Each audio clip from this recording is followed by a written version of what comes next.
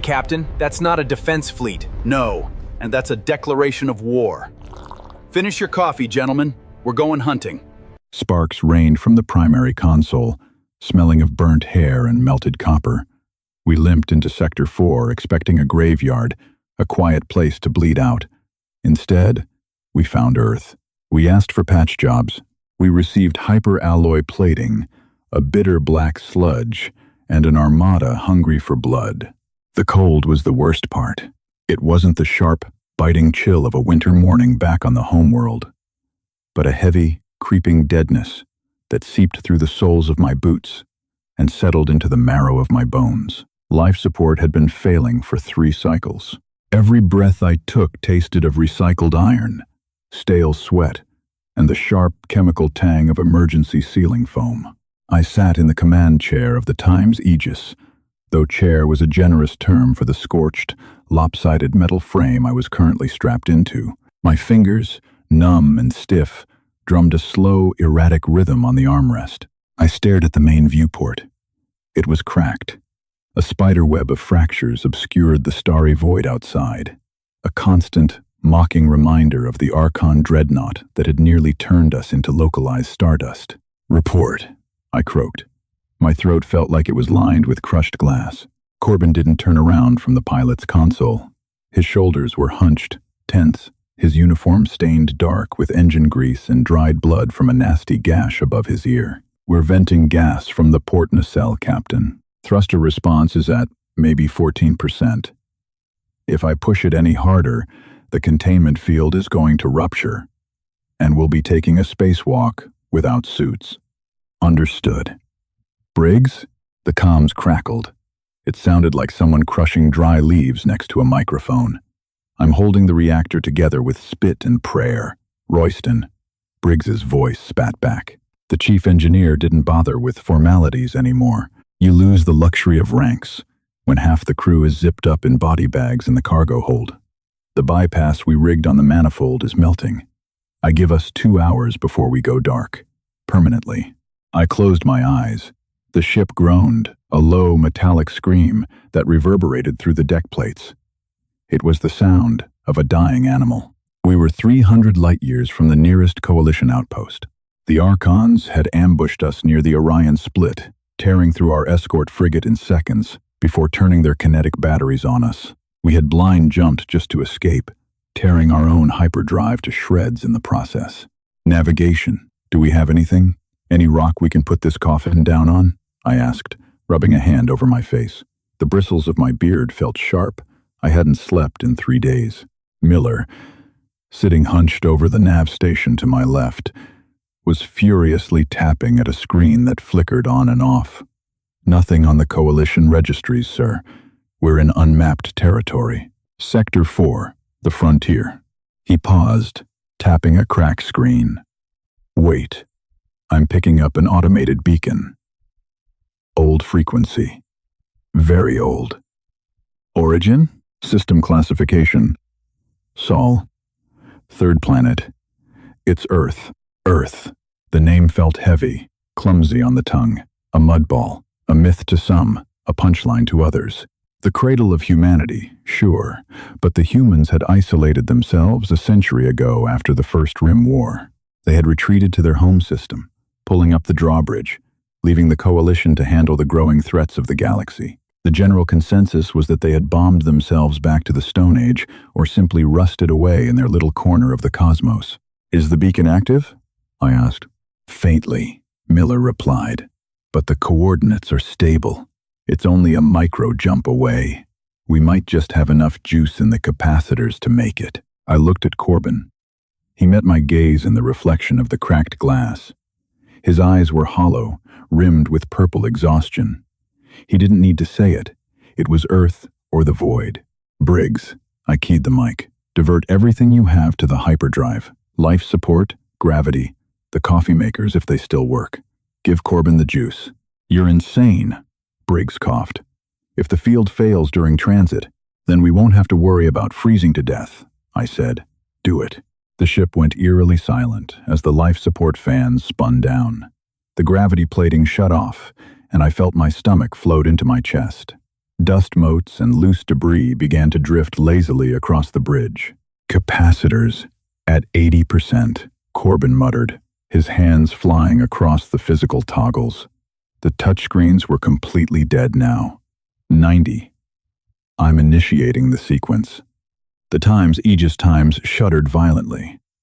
A terrible grinding noise erupted from the aft section, followed by a sudden violent deceleration that strained my harness against my collarbones.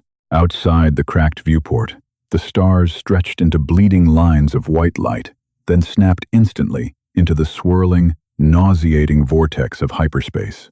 For 2 excruciating minutes, nobody breathed. The ship rattled so hard I bit the inside of my cheek, tasting the sudden, metallic tang of my own blood. My hands gripped the armrests until my knuckles turned white. Hold together.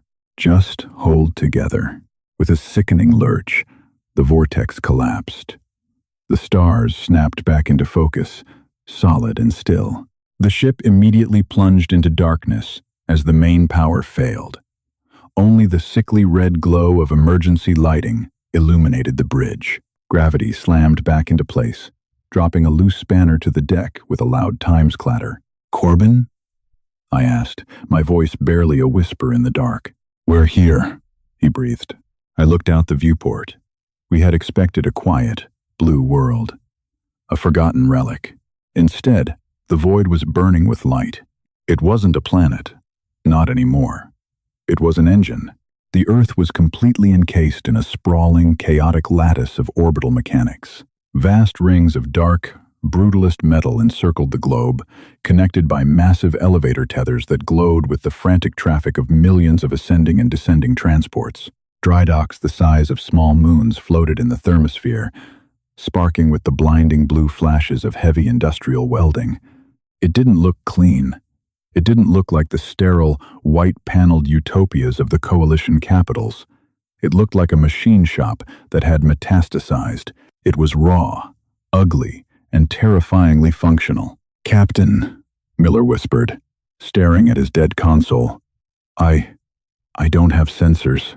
I don't need them. Look out the window." Before I could process the sheer scale of the orbital infrastructure, the proximity alarms shrieked. It wasn't a warning of collision.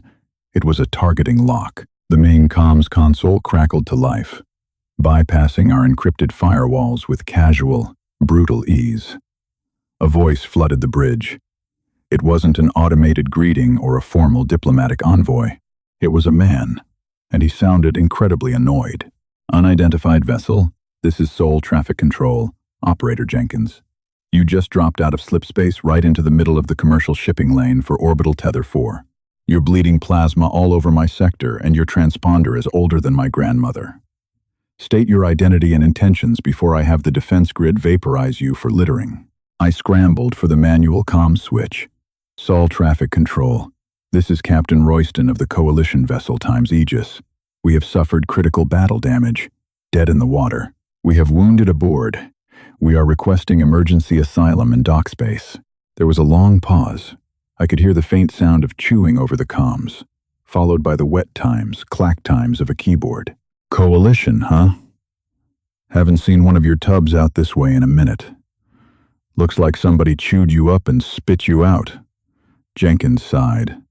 A heavy, static-laced sound. "All right, Royston. Cut your thrusters. Not that you have any. We're grabbing you. Welcome to Earth. Don't scratch the paint on the way in." A sudden massive force seized the ship. It wasn't the gentle, pulsing pull of a coalition tractor beam. It felt like a giant, invisible fist had simply grabbed the Aegis times by the throat. The hull groaned in protest. But we were moving, yanked unceremoniously toward one of the sprawling, soot-stained drydocks orbiting the equator. We were pulled into an internal bay that was easily large enough to house a dreadnought. The massive blast doors sealed behind us, and the bay flooded with atmosphere. "Atmospheric pressure normalizing," Miller reported, coughing. "It's breathable, high oxygen, lots of particulate matter." "Pop the seals," I ordered, unbuckling my harness. My legs trembled as I stood. Every muscle ached. I led Corbin and Miller down the darkened corridors to the main airlock. Briggs was already there, leaning against the bulkhead, covered in soot, looking like a ghost haunting his own ship. When the airlock hissed and I rised open, the smell hit us first. It was an assault on the senses.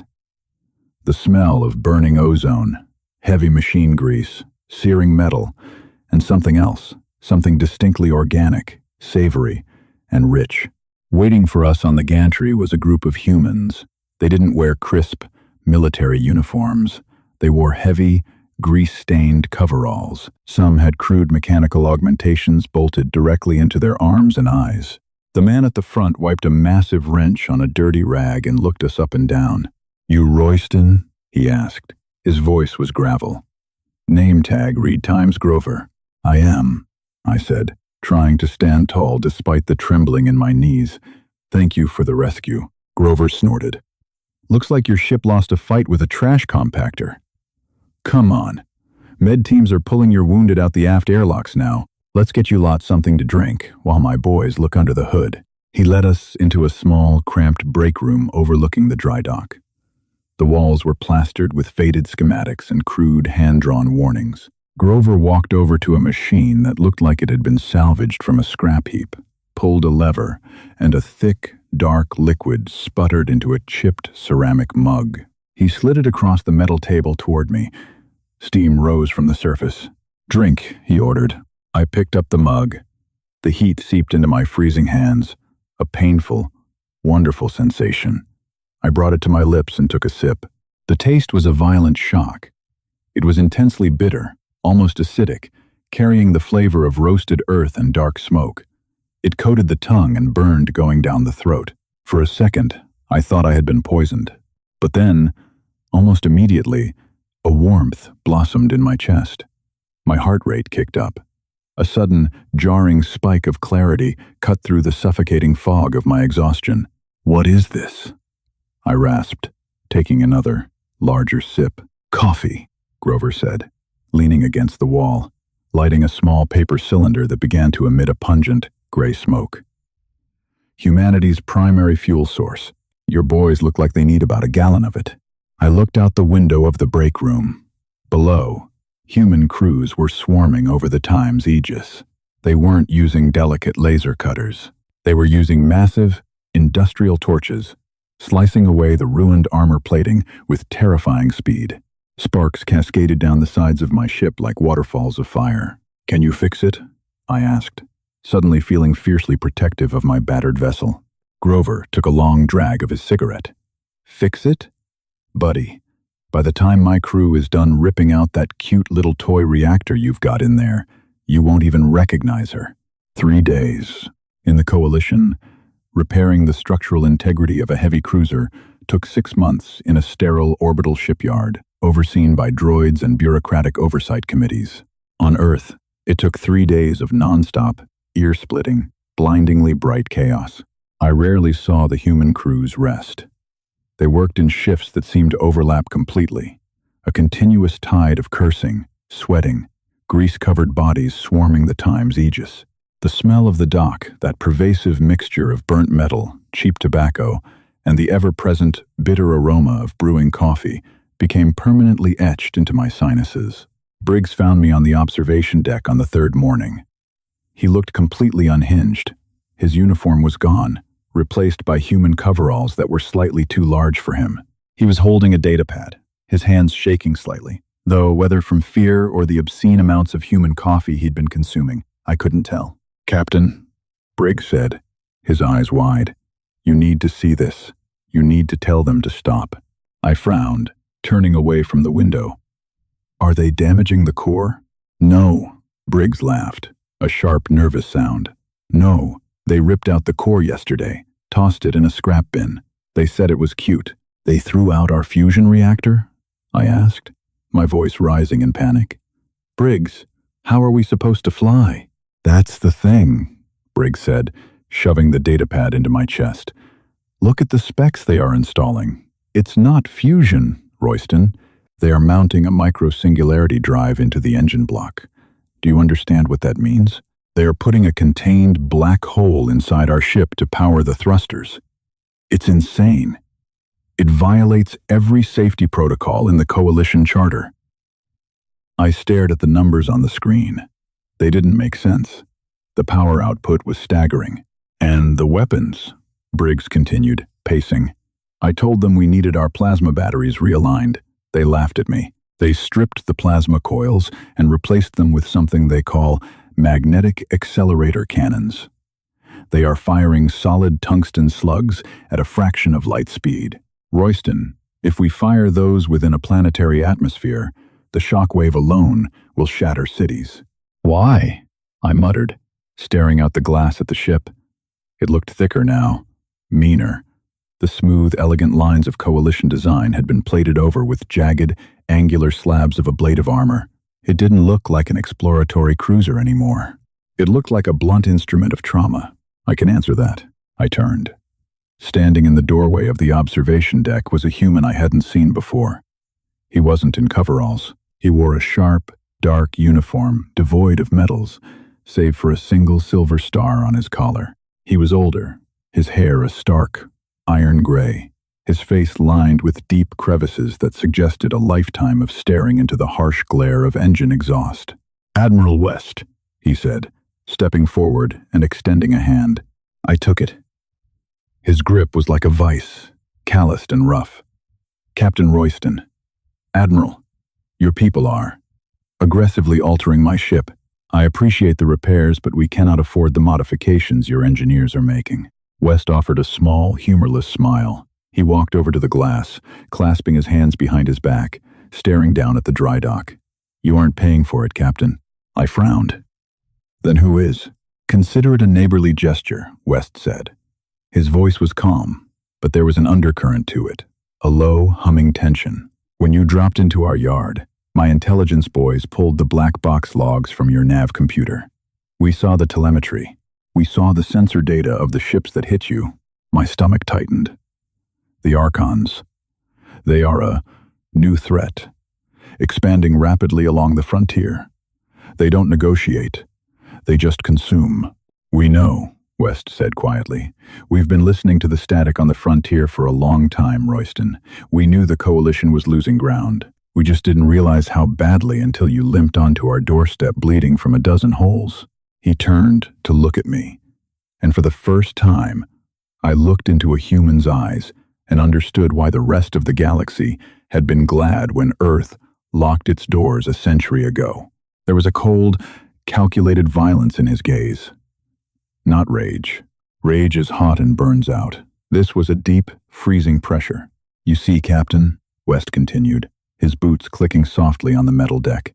100 years ago, we decided we were tired of galactic politics, tired of the grandstanding. We locked our doors and focused on ourselves. But we never stopped building. We never stopped preparing for the day when whatever was bumping in the dark outside finally found our house."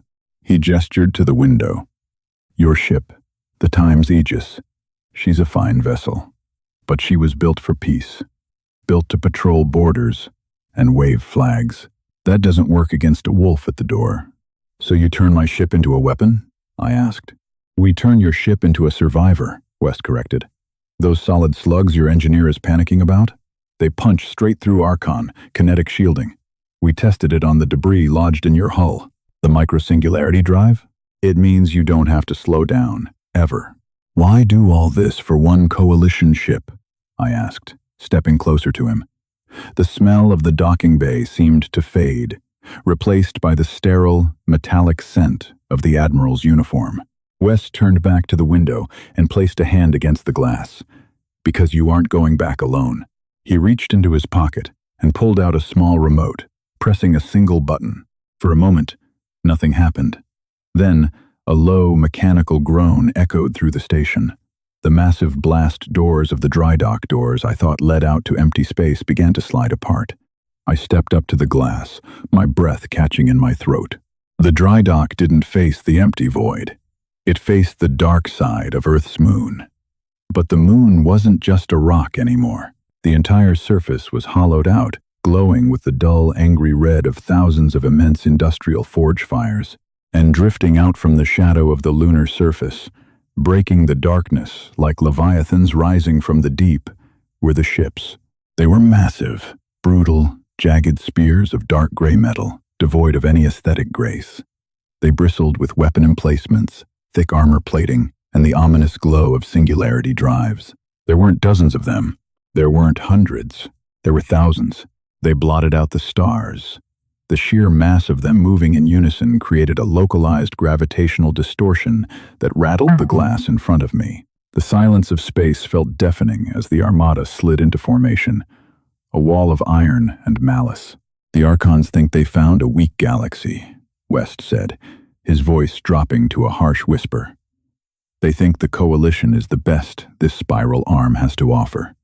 They made a mistake." I couldn't look away from the fleet. My hands were shaking.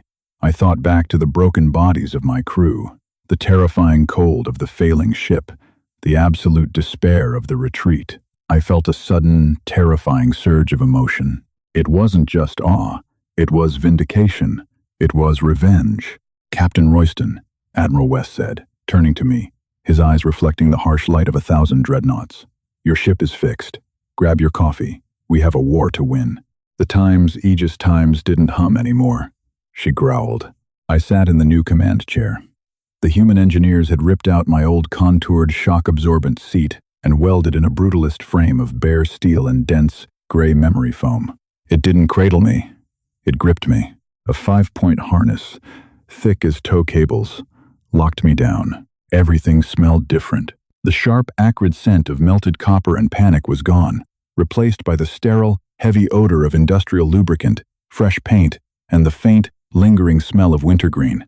The wintergreen came from Harper. She stood behind Miller at the navigation console, a human liaison officer assigned to make sure we didn't accidentally invert our own hull with the new singularity drive. She wore stained fatigues, her hair tied back in a messy knot, and she was aggressively chewing a wad of gum. She held a battered aluminum thermos in one hand. "Stop nursing it, Corbin," Harper said. Her voice was flat, bored. "The throttle isn't a suggestion anymore. It's a mechanical linkage to the containment field. You push, it goes. Don't feather it. The drive likes to be pushed." Corbin looked back at me, his face pale. The dark circles under his eyes hadn't faded, despite the 12 hours of sleep Grover's crew had forced upon us. He looked like a man being asked to pet a loaded bomb. "Go ahead, Corbin," I said. My voice sounded thin over the heavy, subsonic vibration radiating through the deck plates. The micro-singularity drive didn't just vibrate the ship. It vibrated in the marrow of my bones. It felt like standing too close to a massive, spinning turbine. "Take us out of the slip." Corbin gritted his teeth and shoved the heavy iron lever forward. In a coalition ship, jumping to slip space is a transition. The hyperdrive coats the vessel in a tachyon bubble, and you slide gracefully into the higher dimensions. Human drives didn't slide. They punched. The Aegis Times violently jerked forward. There was a sound like a sheet of canvas tearing right next to my ear. My vision blurred, doubling, then snapping back into brutal focus. My stomach didn't drop. It slammed against my spine. I tasted battery acid. And then we were in the dark. But it wasn't the swirling, kaleidoscopic tunnel of coalition slipspace. It was a dead, lightless void, bruised with angry purple static. "Transit stable," Harper muttered, taking a long pull from her thermos. "Told you, she likes to be pushed." I looked out the viewport. The spiderweb cracks were gone, replaced by a slab of transparent aluminum 3 inches thick. Flanking us in the bruised dark were the silhouettes of the Terran Armada. 3,000 ships. They moved without formation, a sprawling, chaotic swarm of dark iron cutting through the slipspace current. "Time to intercept?" I asked. Miller tapped his console. The screens were no longer elegant holographics. They were flat, harsh, two-dimensional tactical readouts pouring raw data in jagged green lines. 3 minutes, Captain. We're coming in right on top of the Orion split. Sector command beacon is. It's gone, sir. The relay station is offline. I'm reading massive debris clouds. My throat tightened. The Orion split relay was the fallback point for the entire 7th Fleet. If it was gone, the frontier had already collapsed. "They're still there." Briggs crackled over the comms from engineering. He sounded breathless. I'm reading residual heat blooms. Archon plasma signatures. A lot of them. Captain, this reactor is screaming at me. The containment field is fluctuating.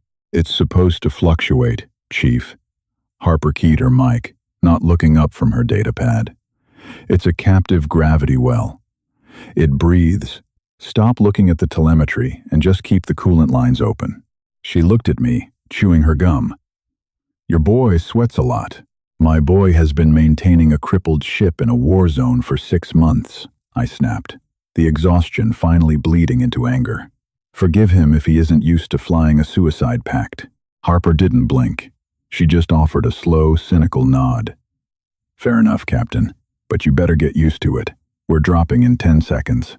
I gripped the armrests. The bare steel was freezing. All hands, brace for real space transition. Weapons hot.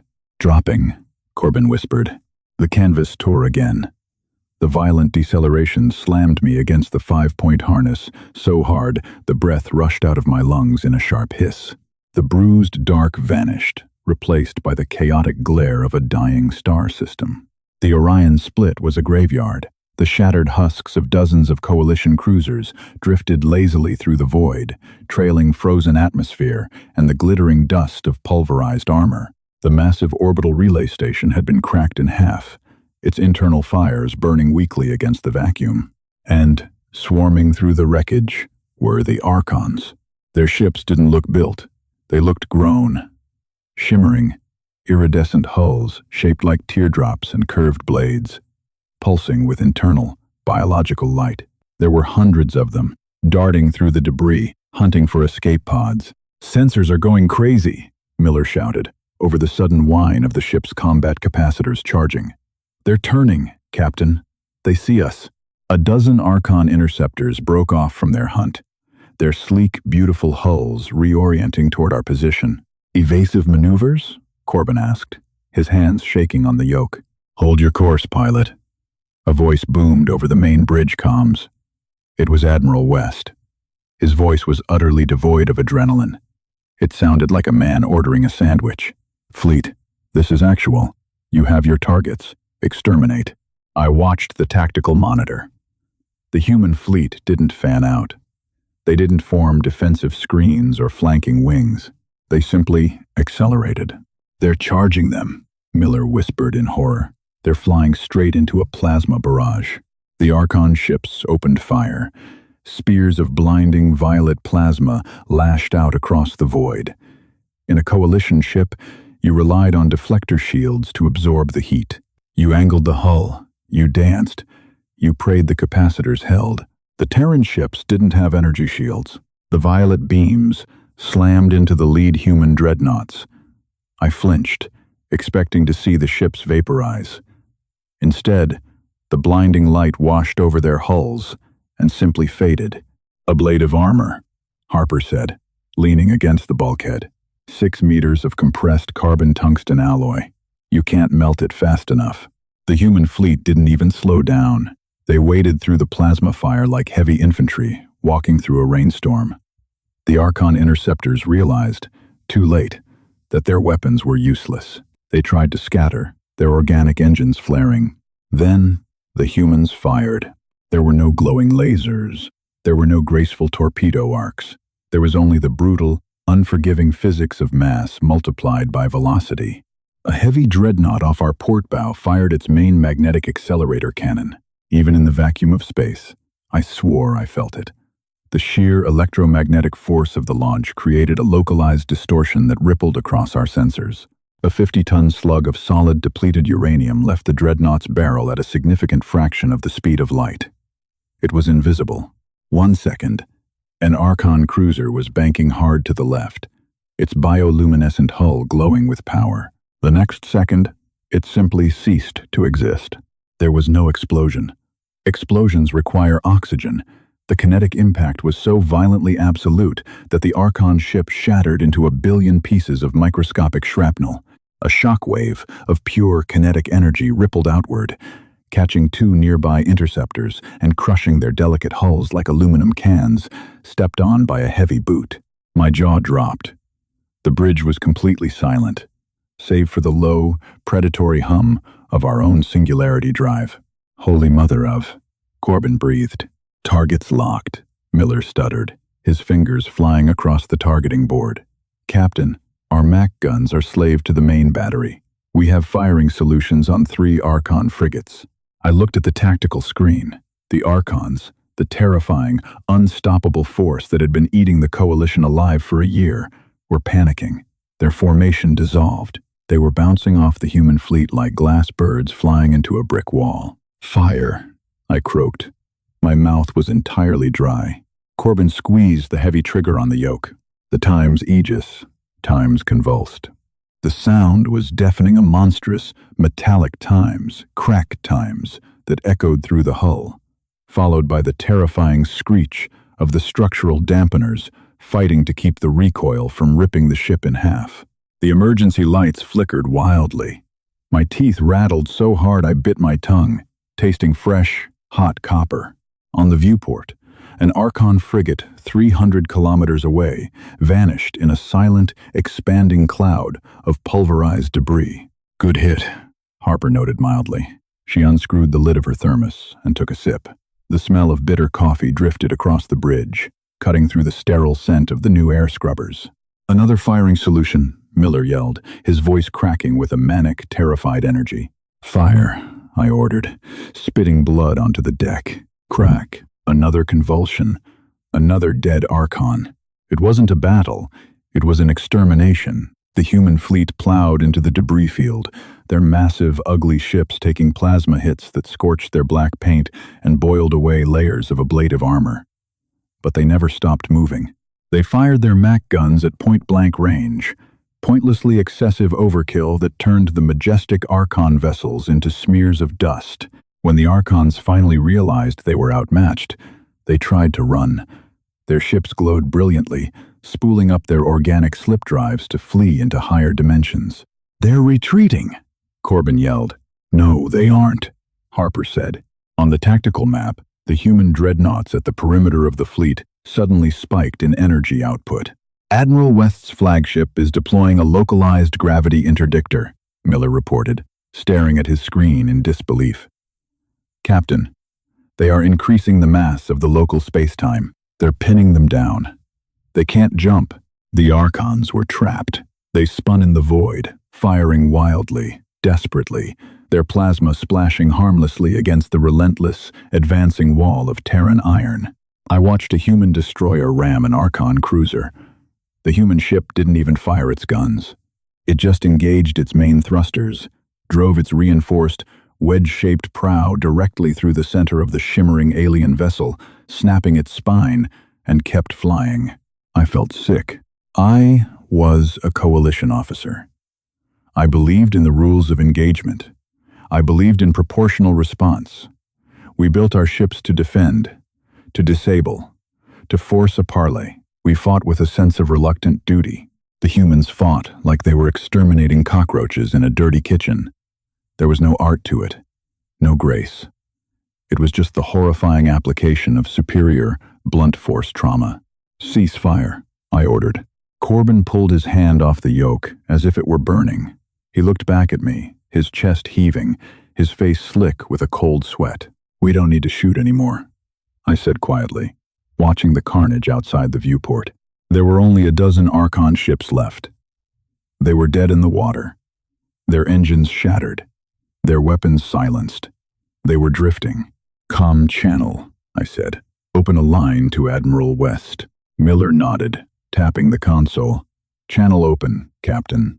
Admiral West, this is Royston, I said, trying to keep the tremor out of my voice. The enemy is disabled. They are completely immobilized. We have them. We can demand their surrender. We can interrogate them, find out where they came from.